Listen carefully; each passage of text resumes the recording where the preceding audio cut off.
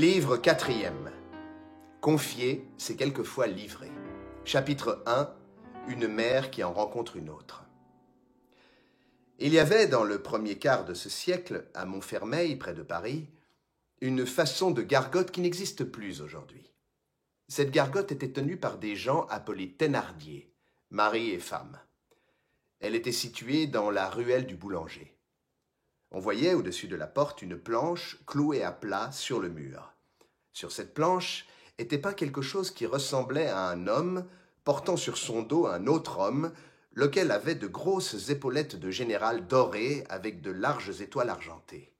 Des taches rouges figuraient du sang. Le reste du tableau était de la fumée et représentait probablement une bataille. Au bas, on lisait cette inscription « Au sergent de Waterloo ». Rien n'est plus ordinaire qu'un tombereau ou une charrette à la porte d'une auberge. Cependant, le véhicule, ou pour mieux dire, le fragment de véhicule qui encombrait la rue devant la gargote du sergent de Waterloo, un soir de printemps 1818, eût certainement attiré par sa masse l'attention d'un peintre qui eût passé là. C'était l'avant-train d'un de ces fardiers, usités dans les pays de forêt et qui servent à charrier des madriers et des troncs d'arbres. Cet avant-train se composait d'un massif essieu de fer à pivot où s'emboîtait un lourd timon et que supportaient 2 roues démesurées. Tout cet ensemble était trapu, écrasant et difforme. On eût dit l'affût d'un canon géant. Les ornières avaient donné aux roues, aux jantes, aux moyeux, à l'essieu et au timon une couche de vase, hideux badigeonnage jaunâtre assez semblable à celui dont on orne volontiers les cathédrales. Le bois disparaissait sous la boue et le fer sous la rouille. Sous l'essieu pendait en draperie une grosse chaîne digne de Goliath forçat. Cette chaîne faisait songer non aux poutres qu'elle avait fonction de transporter, mais aux mastodontes et aux mammons qu'elle eût pu atteler. Elle avait un air de bagne, mais de bagne cyclopéen et surhumain, et elle semblait détachée de quelque monstre. Homère y eût lié Polyphème et Shakespeare Caliban. Pourquoi cet avant-train de fardier était-il sur cette place, dans la rue? D'abord pour encombrer la rue, ensuite pour achever de se rouiller. Il y a, dans le vieil ordre social, une foule d'institutions qu'on trouve de la sorte sur son passage en plein air, et qui n'ont pas, pour être là, d'autres raisons. Le centre de la chaîne pendait sous les cieux assez près de terre, et sur la courbure, comme sur la corde d'une balançoire, étaient assises et groupées, ce soir-là, dans un entrelacement exquis, 2 petites filles, l'une d'environ 2 ans et demi, l'autre de 18 mois, la plus petite dans les bras de la plus grande. Un mouchoir savamment noué les empêchait de tomber. Une mère avait vu cette effroyable chaîne et avait dit « Tiens, voilà un joujou pour mes enfants. » Les 2 enfants, du reste gracieusement attifés et avec quelques recherches, rayonnaient. On eût dit 2 roses dans de la ferraille. Leurs yeux étaient un triomphe. Leurs fraîches joues riaient. L'une était châtain, l'autre était brune. Leurs naïfs visages étaient 2 étonnements ravis. Un buisson fleuri qui était près de là envoyait aux passants des parfums qui semblaient venir d'elle. Celle de 18 mois montrait son joli ventre nu avec cette chaste indécence de la petitesse. Au-dessus et autour de ces 2 têtes délicates, pétries dans le bonheur et trempées dans la lumière, le gigantesque avant-train, noir de rouille, presque terrible, tout enchevêtré de courbes et d'angles farouches, s'arrondissait comme un porche de caverne. À quelques pas, accroupie sur le seuil de l'auberge, la mère, femme d'un aspect peu avenant du reste, mais touchante en ce moment-là, balançait les 2 enfants au moyen d'une longue ficelle, les couvrant des yeux de peur d'accident avec cette expression animale et céleste propre à la maternité. À chaque va-et-vient, les hideux anneaux jetaient un bruit strident qui ressemblait à un cri de colère. Les petites filles s'extasiaient. Le soleil couchant se mêlait à cette joie et rien n'était charmant comme ce caprice du hasard qui avait fait d'une chaîne de titan une escarpolette de chérubin. Tout en berçant ses deux petites, la mère chantonnait d'une voix fausse une romance alors célèbre. « Il le faut, disait un guerrier. » Sa chanson et la contemplation de ses filles l'empêchaient d'entendre et de voir ce qui se passait dans la rue.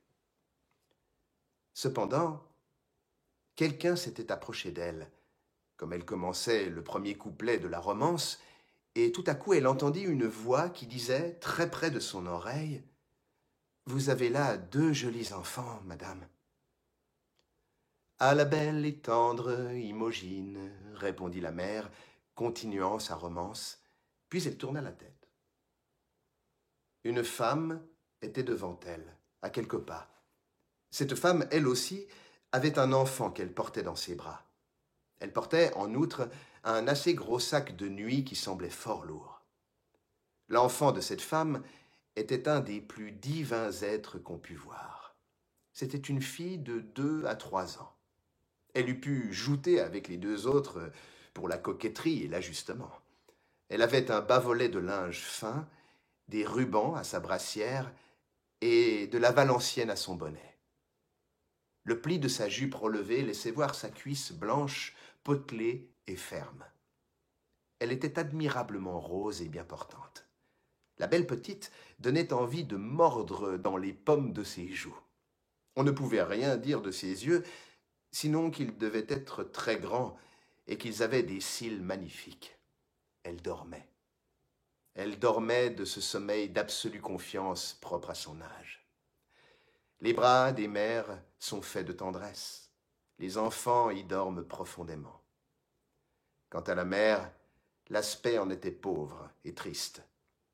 Elle avait la mise d'une ouvrière qui tente à redevenir paysanne. Elle était jeune.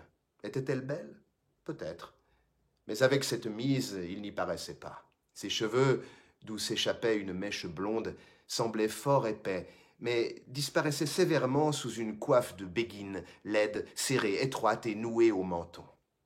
Le rire montre les belles dents quand on en a, mais elle ne riait point. Ses yeux ne semblaient pas être secs depuis très longtemps. Elle était pâle. Elle avait l'air très lasse et un peu malade. Elle regardait sa fille endormie dans ses bras avec cet air particulier d'une mère qui a nourri son enfant. Un large mouchoir bleu, comme ceux où se nouent les invalides, plié en fichu, masquait lourdement sa taille.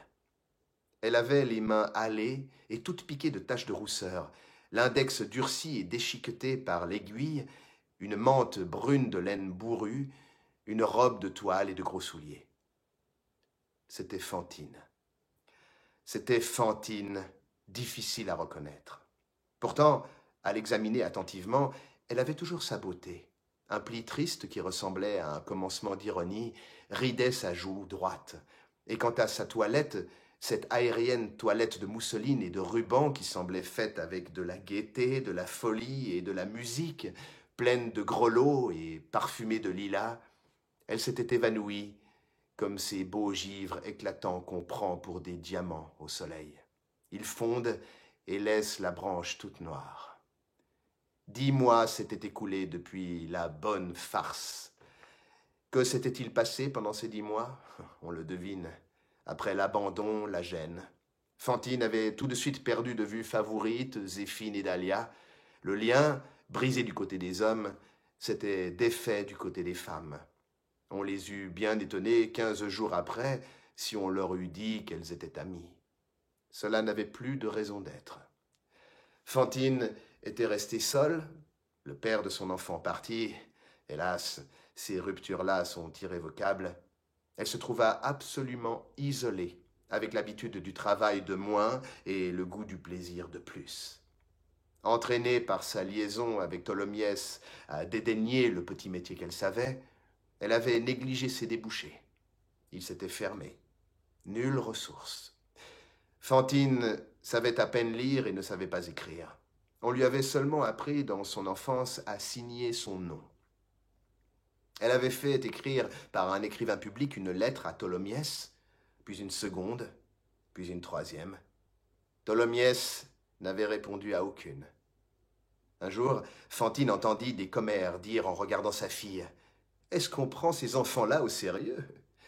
On hausse les épaules de ces enfants-là. » Alors elle songea à Tholomyès, qui haussait les épaules de son enfant, et qui ne prenait pas cet être innocent au sérieux. Et son cœur devint sombre à l'endroit de cet homme. Quel parti prendre, pourtant? Elle ne savait plus à qui s'adresser. Elle avait commis une faute, mais le fond de sa nature, on s'en souvient, était pudeur et vertu. Elle sentit vaguement qu'elle était à la veille de tomber dans la détresse et de glisser dans le pire. Il fallait du courage. Elle en eut et se roidit. L'idée lui vint de retourner dans sa ville natale, à Montreuil-sur-Mer. Là, quelqu'un peut-être la connaîtrait et lui donnerait du travail. Oui, mais il faudrait cacher sa faute. Et elle entrevoyait confusément la nécessité possible d'une séparation plus douloureuse encore que la première. Son cœur se serra, mais elle prit sa résolution. Fantine, on le verra, avait la farouche bravoure de la vie. Elle avait déjà vaillamment renoncé à la parure, s'était vêtue de toile et avait mis toute sa soie, tous ses chiffons, tous ses rubans et toutes ses dentelles sur sa fille, seule vanité qui lui resta, et sainte celle-là. Elle vendit tout ce qu'elle avait, ce qui lui produisit 200 francs. Ses petites dettes payées, elle n'eut plus que 80 francs environ. À 22 ans, par une belle matinée de printemps, elle quittait Paris, emportant son enfant sur son dos. Quelqu'un qui les eût vus passer toutes les deux eut pitié. Cette femme n'avait au monde que cet enfant, et cet enfant n'avait au monde que cette femme. Fantine avait nourri sa fille, cela lui avait fatigué la poitrine et elle toussait un peu. Nous n'aurons plus l'occasion de parler de M. Félix Tholomyès. Bornons-nous à dire que 20 ans plus tard, sous le roi Louis-Philippe, c'était un gros avoué de province, influent et riche, électeur sage et juré très sévère, toujours homme de plaisir. Vers le milieu du jour, après avoir pour se reposer cheminé de temps en temps, moyennant 3 ou 4 sous par lieue, dans ce qu'on appelait alors les petites voitures des environs de Paris, Fantine se trouvait à Montfermeil, dans la ruelle du boulanger. Comme elle passait devant l'auberge Thénardier, les 2 petites filles, enchantées sur leur escarpolette monstre, avaient été pour elle une sorte d'éblouissement, et elle s'était arrêtée devant cette vision de joie. Il y a des charmes. Ces 2 petites filles en furent un pour cette mère. Elle les considérait tout émue. La présence des anges est une annonce de paradis. Elle crut voir au-dessus de cette auberge le mystérieux ici de la Providence. Ces 2 petites étaient si évidemment heureuses. Elle les regardait, elle les admirait, tellement attendrie qu'au moment où la mère reprenait haleine entre 2 vers de sa chanson, elle ne put s'empêcher de lui dire ce mot qu'on vient de dire. « Vous avez là 2 jolis enfants, madame. » Les créatures les plus féroces sont désarmées par la caresse à leurs petits. La mère leva la tête et remercia, et fit asseoir la passante sur le banc de la porte, elle-même étant sur le seuil. Les 2 femmes causèrent. « Je m'appelle Madame Thénardier, » dit la mère des 2 petites. « Nous tenons cette auberge. » Puis, toujours à sa romance, elle reprit entre ses dents. « Il le faut, je suis chevalier, et je pars pour la Palestine. » Cette Madame Thénardier était une femme rousse, charnue, anguleuse, le type femme à soldat dans toute sa disgrâce, et, chose bizarre, avec un air penché qu'elle devait à des lectures romanesques. C'était une minaudière homasse. De vieux romans qui se sont éraillés sur des imaginations de gargotières ont de ces effets-là. Elle était jeune encore. Elle avait à peine 30 ans. Si cette femme, qui était accroupie, se fût tenue droite, peut-être sa haute taille et sa carrure de colosse ambulant, propre aux foires, eussent-elles dès l'abord effarouché la voyageuse, troublé sa confiance et fait évanouir ce que nous avons à raconter. Une personne qui est assise au lieu d'être debout, les destinées tiennent à cela. La voyageuse raconta son histoire, un peu modifiée, qu'elle était ouvrière, que son mari était mort, que le travail lui manquait à Paris et qu'elle allait en chercher ailleurs, dans son pays, qu'elle avait quitté Paris le matin même, à pied, que, comme elle portait son enfant, se sentant fatiguée et ayant rencontré la voiture de Villemomble, elle y était montée, que de Villemomble, elle était venue à Montfermeil à pied, que la petite avait un peu marché, mais pas beaucoup, c'est si jeune, et qu'il avait fallu la prendre, et que le bijou s'était endormi. Et sur ce mot, elle donna à sa fille un baiser passionné qui la réveilla.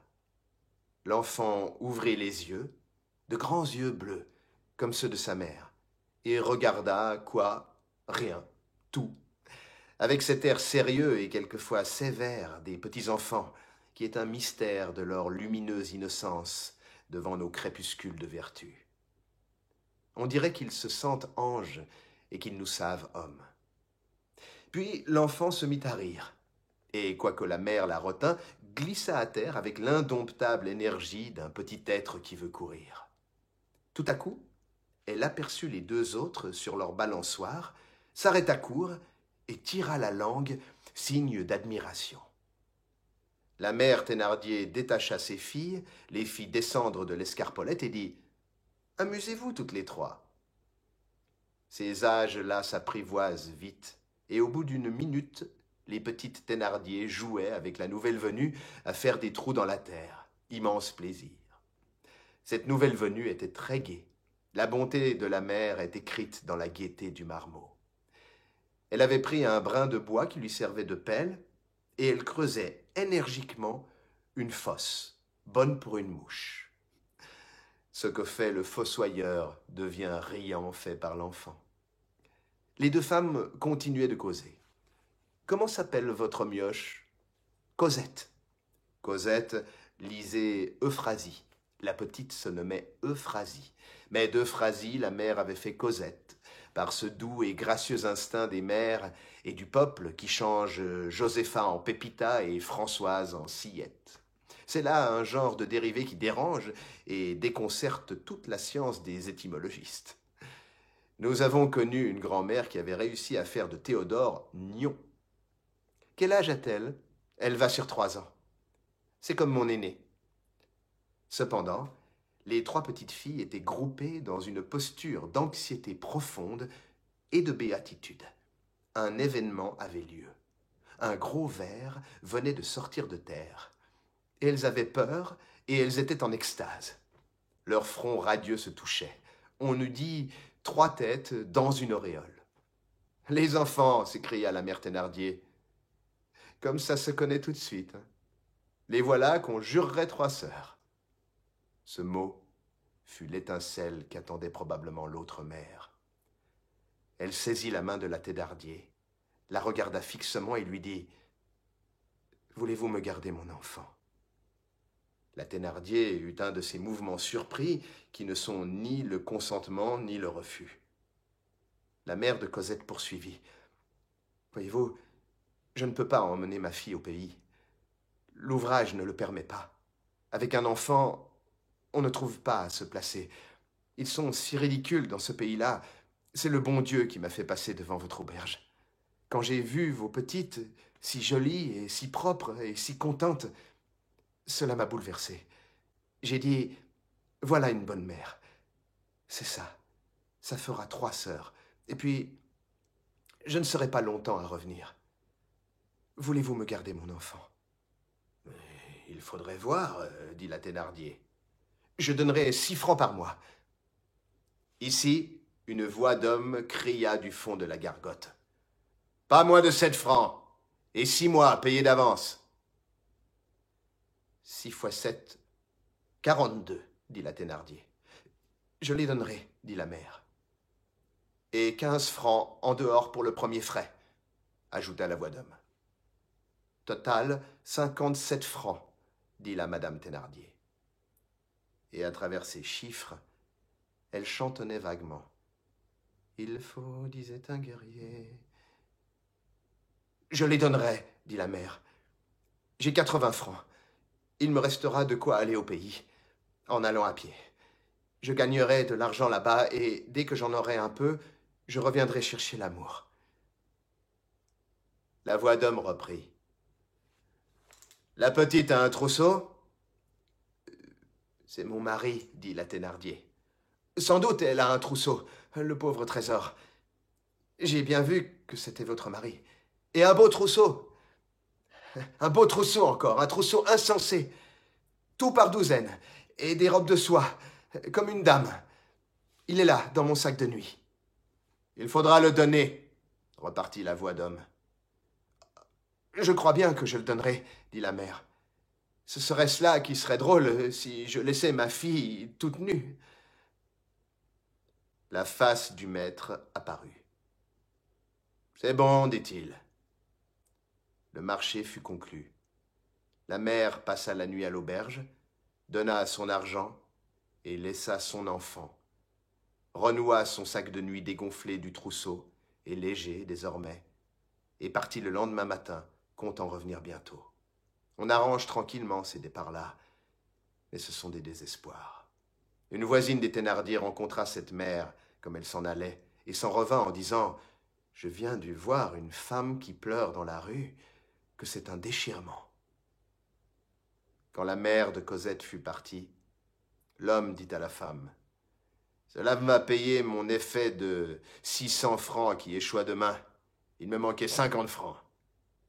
Sais-tu que j'aurais eu l'huissier et un protêt? Tu as fait là une bonne souricière avec tes petites. »« Sans m'en douter, dit la femme.